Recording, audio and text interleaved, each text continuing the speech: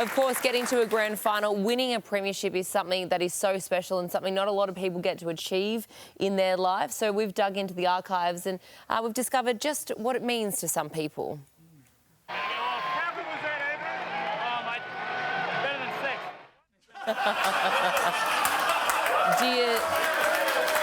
6. Do you still stand by that comment, Joey?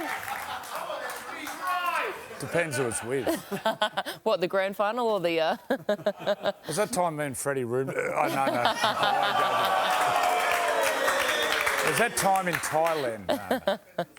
Yeah, it is. Well, what is it like for people that, mere mortals will never get there, will never get to play in a grand final, win a premiership? What's it like? It's like your whole lifetime, you dream of something like that happens, and it happens to you. And then on top of that, you do it with players who you pretty much spend a quarter of your life with.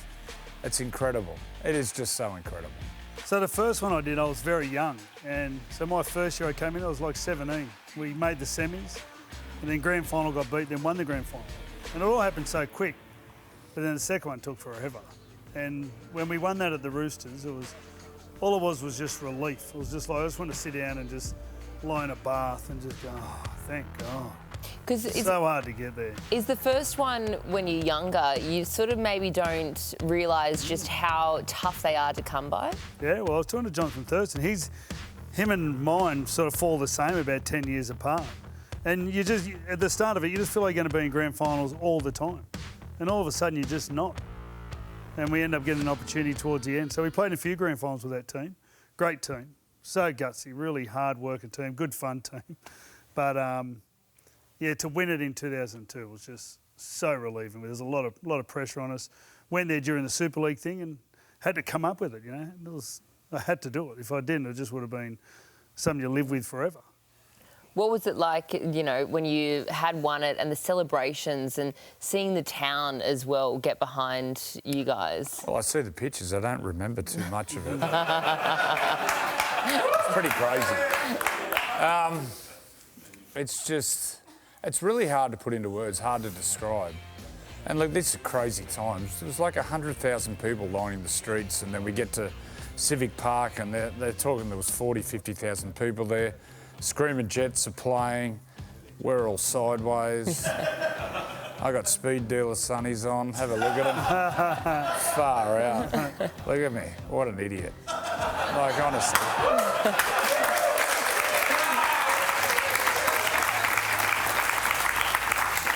What was it like for you, Freddie, going through the streets? Well, I'd matured by this time, so I was a little bit older, but... Oh, yeah, it looks like it.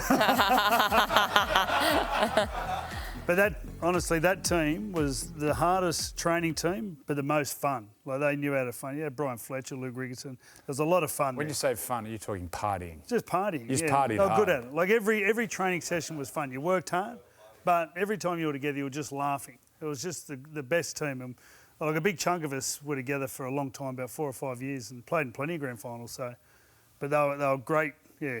Off the field, they were awesome. How'd you go? Because you were captain. You said you slowed up by that stage, and all the young scallywags in the East were going nuts. Did you have to pull them into line a few times? Well, you know what? They trained hard. So they'd turn up hungover. Like, they'd be training in their undies, like just laughing at that, but they just went hard. I remember days where just half the team were just in their undies, like Croc and Finchy and Moz and like all these blokes, but they never stopped training. Never stopped training hard. I remember I'd sit in my apartment. I lived in the city, and I used to have this big binocular, and I used to... Hey, come on, settle down. And so I'd be on the phone to them, and they'd be down at Darling Harbour, World Bar and Cargo Bar. Yep. And they'd be down there, they'd be at the front, like looking up at me, going, hey. And you're just creeping on them. I'm just creeping on them with me. Did you Okay, tell I'm going to ask you. I'll ask one question. Did you have your pants on? Had my pants on.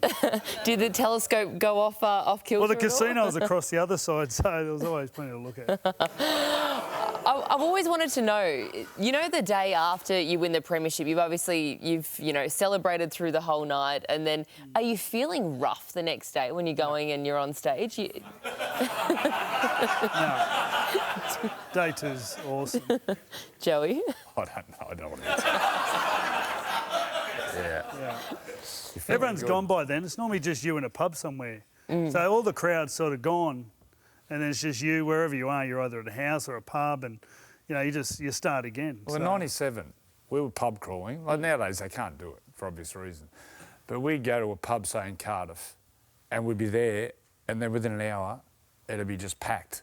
And we'd be there for a couple of hours, and then we'd go somewhere else, and then no one would be there. Then all of a sudden, everyone's on the blower and packed. It was just mental. And that went on for like a week. So how long did the celebrations last for? A week. A week. Yeah.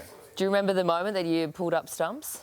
I can remember there was this, I just had ulcers all over my mouth. I couldn't drink anymore. I'm sure there was ulcers elsewhere, but I just went, just had a real good look in the mirror and just went, get home, you pig.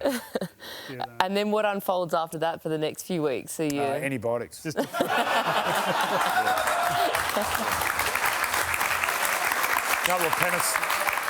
Couple of penicillin shots in the backside, vitamin B. Oh, yeah. I look like, dead set, I look like, what's his name? Tom Hanks off Philadelphia. I look rough. What a description. Well, there will be... Tom's a big fan of the show. Yeah, he loves it, tunes in every week.